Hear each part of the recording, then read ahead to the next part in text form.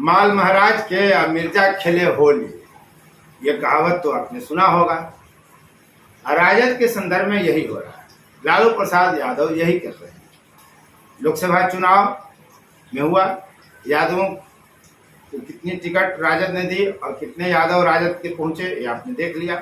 राजद से अधिक एनडीए के सांसद बने हैं। लेकिन हम बात कर रहे हैं कि जो महागठबंधन को लोकसभा में सीटें मिली, उसकी स्थिति आप जरा देखिए। 9 लोकसभा सीटें INDIA गठबंधन को मिला। INDIA बिहार के संदर्भ में राजद से आगे नहीं जाती, राजद ही सब कुछ रही है।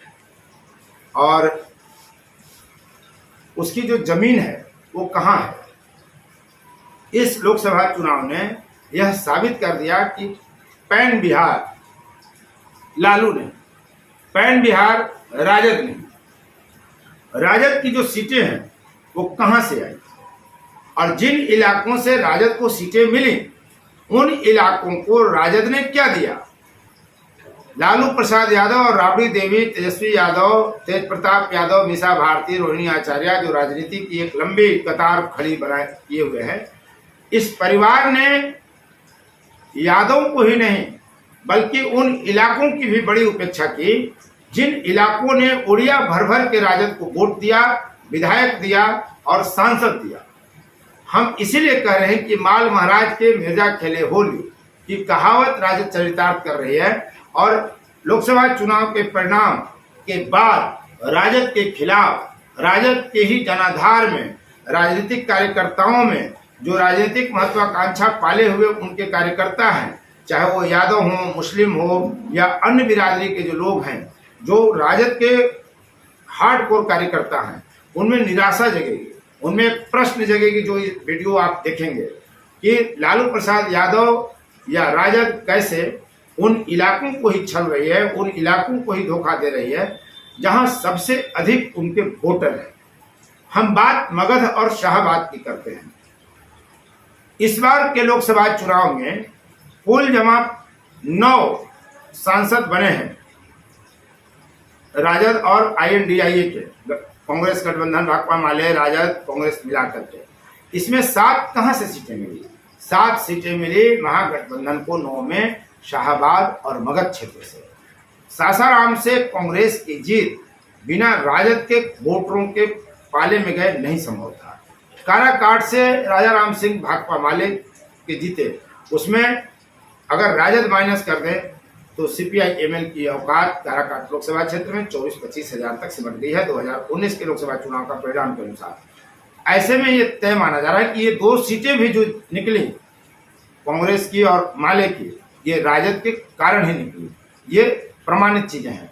अब आप देखिए, अगर कि जो महागठबंधन को ये 7 सीटें मिली, जहानाबाद, औरंगाबाद, जहानाबाद में सुरेंद्र यादव जीत गए, औरंगाबाद में अभय कुशवाहा जीत गए, पाटलिपुत्र में मीसा भारती चुनाव जीत गई, शाहबाद की अगर बात करें तो काराकाट में भाकपा माले के राजा राम सिंह जीत गए, आरा में भाकपा माले के प्रत्याशी सुदामा प्रसाद जीत गए, बक्सर में राजद के सुधाकर सिंह जीते और सासाराम में कांग्रेस के मनोज कुमार जीते।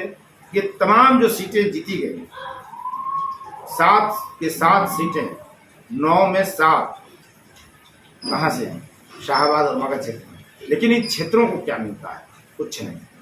विधानसभा की चुनाव की बात करें 2020 की, सर्वाधिक सीटें मगध और शाहबाद में भाजपा का सफाया हो गया था।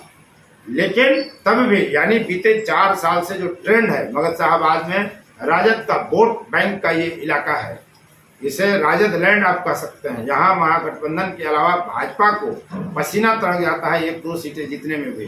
विधानसभा में तो भी गायब थे, औरंगाबाद साहब, मगध साहब, शाहबाद साहब।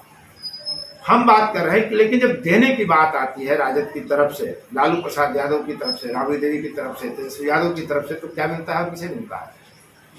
विधान परिषद का जब चुनाव हुआ, आप 21 मार्च 2024 को उसके लिए वोटिंग हुई थी, जस्ट लोकसभा चुनाव की प्रक्रिया शुरू होने से पहले। और आप देखिए कि जब 4 MLC उनको देना पड़ा तो किसको दिए?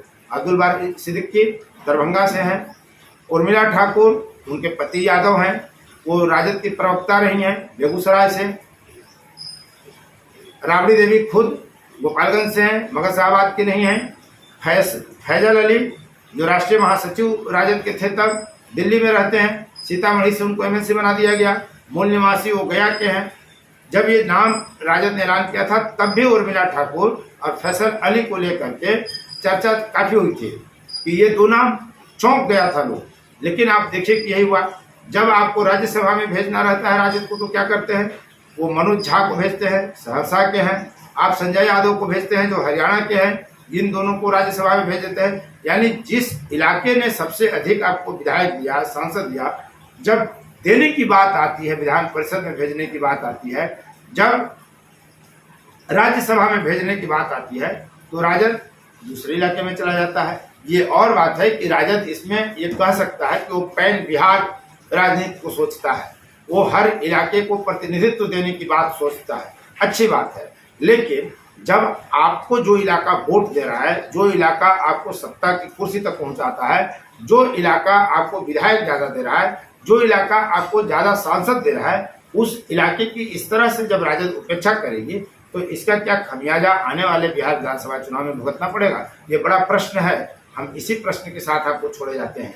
लेकिन यह प्रश्न उनको अधिक मथेगा जो राजद के पूर्व वोटर हैं, राजद के समर्पित कार्यकर्ता हैं, और उनके अंदर अगर राजनीति में कुछ पाने की लालसा है, राजनीतिक महत्वाकांक्षा अगर उनमें है कि विधान परिषद बनते, राज्यसभा जाते, वैसे लोगों को मगध और शाहाबाद में परिश्रम करने पर सोचना पड़ सकता है, सोच सकते हैं वो आने वाले बिहार विधानसभा चुनाव में। ये स्थिति है राजद की, और बाकी जो है सो है। आप देखते रहिए fourth views live debate show मेरा अवश्य प्रतिदिन रात में 8:30 बजे आप देखना ना भूलिए। वहाँ बड़े वरिष्ठ पत्रकार उपस्थित होते हैं, देश के नामचीन लोग हैं, देश के प्रख्यात विश्वविद्यालयों, चाहे हिंदू विश्वविद्यालय हो, चाहे जेएनयू हो, दिल्ली यूनिवर्सिटी हो, पाटलिपुत्रा विश्वविद्यालय हो, मगध विश्वविद्यालय हो, के प्रोफेसर लेक्चरर उपस्थित होते हैं।